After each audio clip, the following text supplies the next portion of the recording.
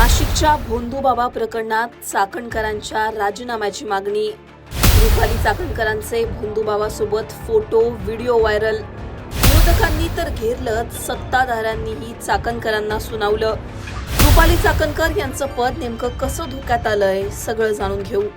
अनेक बडे राजकारणी, उद्योगपती, सेलिब्रिटी यांच्या संपर्कात राहणाऱ्या, त्यांना भविष्याविषयीचं मार्गदर्शन करणाऱ्या नाशिकच्या बहुचर्चित अशोक कुमार एकनाथ खरात या भोंदूबाबाला लैंगिक अत्याचाराच्या प्रकरणात अटक करण्यात आली आहे. ही अटक करण्यात आल्यानंतर सगळीकडे एकच खळबळ उडाली आहे. पुणे शाखेनं बुधवारी पहाटे ही अटक केली. एका पीडित महिलेनं त्याच्याविरुद्ध सरकारवाडा पोलीस ठाण्यात तक्रार दाखल केली होती. स्वतःकडे दैवी शक्ती असल्याचा खोटा दावा करून मंत्रतंत्राच्या नावाखाली संमोहन करत पीडित महिलेवर वारंवार बलात्कार केल्याचा आरोप फिर्यादीमध्ये करण्यात आलाय. लैंगिक अत्याचाराच्या तक्रारीवरून बलात्काराचा गुन्हा खरात विरुद्ध नोंदवण्यात आला आणि पोलिसांनी त्याच्या मुसक्या आवळल्या. याच अशोक खरात सोबत आता अनेक राजकारण्यांचे फोटो व्हायरल होत आहेत. एकनाथ शिंदे यांच्यासोबत अशोक खरातचा सुद्धा फोटो व्हायरल झाला. पण या सगळ्यांमध्ये आता रुपाली चाकणकर यांचं नाव पुन्हा एकदा चर्चेत आलंय. रुपाली चाकणकर यांचे अशोक खरात सोबतचे फोटो आणि व्हिडिओ आता सोशल मीडियावर व्हायरल होत आहेत. खरातची पाद्यपूजा करतानाचा चाकणकरांचा व्हिडिओ सोशल मीडियावर तुफान व्हायरल होतोय. अशोक खरातच्या शिवनिका ट्रस्टच्या रुपाली चाकणकर सदस्य आहेत. सुषमा अंधारेंनी खरात सोबत चाकणकरांचा फोटो पोस्ट करत त्यांच्यावर गंभीर आरोप केलेत. चाकणकरांना आयोगाच्या पदावर राहण्याचा अधिकार नाही असं अंधारेंनी म्हटलंय. अशोक खरात या व्यक्तीवर बलात्काराचा गुन्ह्याचा आरोप आहे. त्यामध्ये त्याला अटक झाली.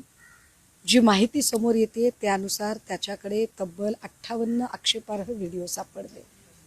मुद्दा असा आहे की अशा व्यक्तीला नेमकं राजकीय आशीर्वाद कोणाचे आहेत, त्यावर प्रश्न असा निर्माण होतो की महिला आयोगाच्या अध्यक्षा रुपाली चाकणकर या अशोक खरातच्या शिवनिका ट्रस्टच्या संचालिका आहेत. नुसत्या संचालिका नाहीत तर अशोक खरातांच्या डोक्यावर छत्री पकडणे, कधी त्याची पाद्यपूजा करणे, असे अनेक व्हिडिओ फुटेज, फोटो या निमित्ताने बाहेर आले.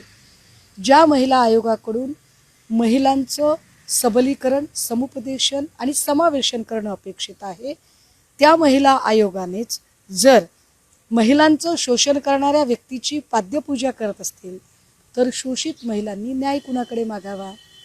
माझा सरळ साधा प्रश्न आहे.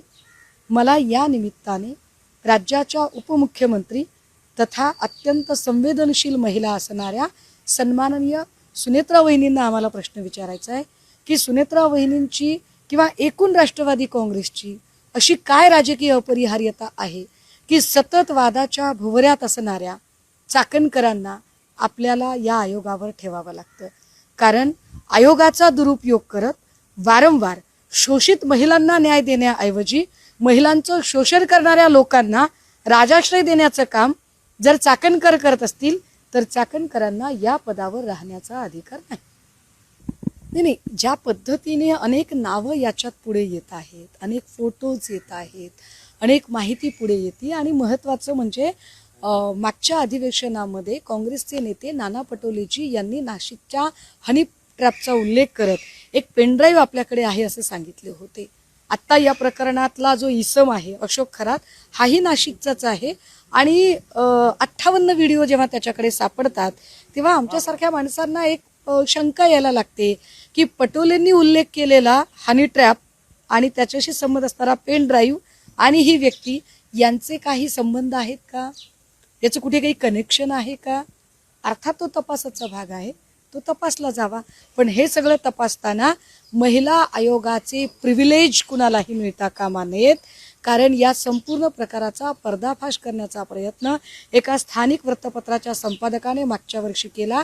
तेव्हा आयोगाच्या पदाचा दुरुपयोग करत चाकणकरांनी संबंधित संपादकाकडून जबरदस्तीने माफीनामा मागवला होता.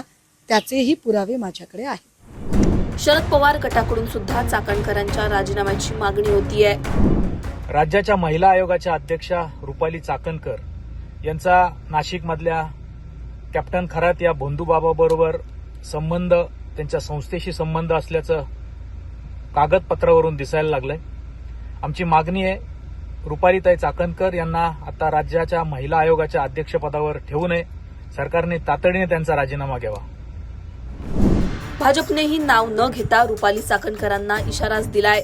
कोण कोणाच्या जाऊन पाया पडतं, पाय धुतो हा ज्याचा त्याचा प्रश्न आहे, पण संसदीय पदावर असताना पदमर्यादेचा भंग होणार नाही याची काळजी घेतली पाहिजे, असं भाजपचे सहमुख्य प्रवक्ते अजित चव्हाण म्हणाले. या महाराष्ट्राच्या सामाजिक जीवनामध्ये काम करणाऱ्या लोकांनी एक गोष्ट निश्चितपणे लक्षात ठेवली पाहिजे की या राज्याचा गृह विभाग आणि राज्याचे मुख्यमंत्री अत्यंत सक्षम आणि खंबीर आहेत. म्हणून कॅप्टन खरात सारख्या एका बाबाकडे, जो अत्यंत हाय प्रोफाईल बाबा आहे, ज्याच्यावरती आरोप झाल्यानंतर कुठल्याही दबावाला बळी न पडता या हाय प्रोफाईल बाबाला, राजकीय बाबाला बेड्या ठोकल्या जातात. तो गजाड होतो कारण माझे नेते, राज्याचे मुख्यमंत्री आणि गृहमंत्री आदरणीय देवेंद्र फडणवीस साहेब हे कुठल्याही दबावाला या विभागाला बळी पडू देत नाही. अनेक फसवणुकी करणाऱ्या बिल्डर्सवरती सामूहिकरित्या कारवाई होते. याचं कारण या महाराष्ट्राचे मुख्यमंत्री आणि गृहमंत्री अत्यंत कणखर आहेत. आमच्या राजकीय विरोधकांनी टीका जरूर करावी, पण एक गोष्ट निश्चित लक्षात ठेवली पाहिजे की या महाराष्ट्राच्या जनतेला अतिशय चांगल्या पद्धतीनं माहिती आहे की या महाराष्ट्राचे मुख्यमंत्री आणि गृहमंत्री अत्यंत सक्षम, कणखर आणि कार्यक्षम असल्यामुळं या सगळ्या कारवाया होत आहेत. तुमचं राजकारण तुम्हाला लखलाभ, कोणाला जाऊन भोंदूबाबांचे पाय धुवायचे, काय करायचंय, त्यांनी मात्र एक निश्चितपणे लक्षात ठेवलं पाहिजे की संवैधानिक पदावरती असताना अशा पद्धतीनं आपल्या पदाच्या मर्यादा भंग होतील असं वागणं योग्य नाही. ही आमची देखील भूमिका आहे. मात्र टीका करताना विरोधकांनी माननीय मुख्यमंत्री आणि गृहमंत्री यांच्या पदाचा सुद्धा आद राखला पाहिजे, कारण ते कडक कारवाई करतायत. हे विरोधकांनाही मान्य करावं लागेल. दरम्यान चित्रा वाघ यांनी सुद्धा या प्रकरणावरून रुपाली चाकणकरांवर निशाणा साधलाय. वैयक्तिक श्रद्धा प्रत्येकाची असू शकते, पण संविधानिक पदावर असताना त्या श्रद्धेची मर्यादा पाळलीच पाहिजे. जबाबदारीच्या पदावर असणाऱ्यांनी विवेक आणि संवेदनशीलता दाखवणं अपेक्षित असल्याचं चित्रा वाघ म्हणाल्या. अखेर चौफेर टीकेनंतर रुपाली चाकणकरांनी सुद्धा या प्रकरणावर प्रतिक्रिया दिली. शिवनिका संस्थान ट्रस्ट हे महादेव देवस्थानचं ट्रस्ट असून काही वेळा तिथं सामाजिक कार्यक्रम साजरे होतात. त्यामुळे सामाजिक कामांच्या निमित्तानं आम्ही अनेक जण ट्रस्टच्या कामाशी जोडले गेलो होतो, ज्यात समाजातील अनेक प्रतिष्ठित व्यक्ती आहेत. कॅप्टन खरात यांच्या वैयक्तिक आयुष्य किंवा त्यांच्यावर झालेल्या आरोपांबाबत मला कल्पना नाहीये. आता जे आरोप होत आहेत त्याबाबत पोलीस निष्पक्षपणे चौकशी करतीलच. पोलीस तपासावर माझा पूर्ण विश्वास असल्याचं चाकणकर म्हणाल्या. चाकणकरांनी हे स्पष्टीकरण जरी दिलं असलं तरी व्हायरल होणारे व्हिडिओ, होत असलेली चौफेर टीका यामुळे त्यांचं पद धोक्यात आलंय हे मात्र नक्की. रुपाली चाकणकरांवर पुढे काय कारवाई होते का हे पाहणं महत्त्वाचं असणार आहे. तुम्हाला यावर काय वाटतं? तुमच्याबद्दलची मतं कमेंटमध्ये सांगा. लोकमतला सबस्क्राईब केलं नसेल तर सबस्क्राईब करायला विसरू नका.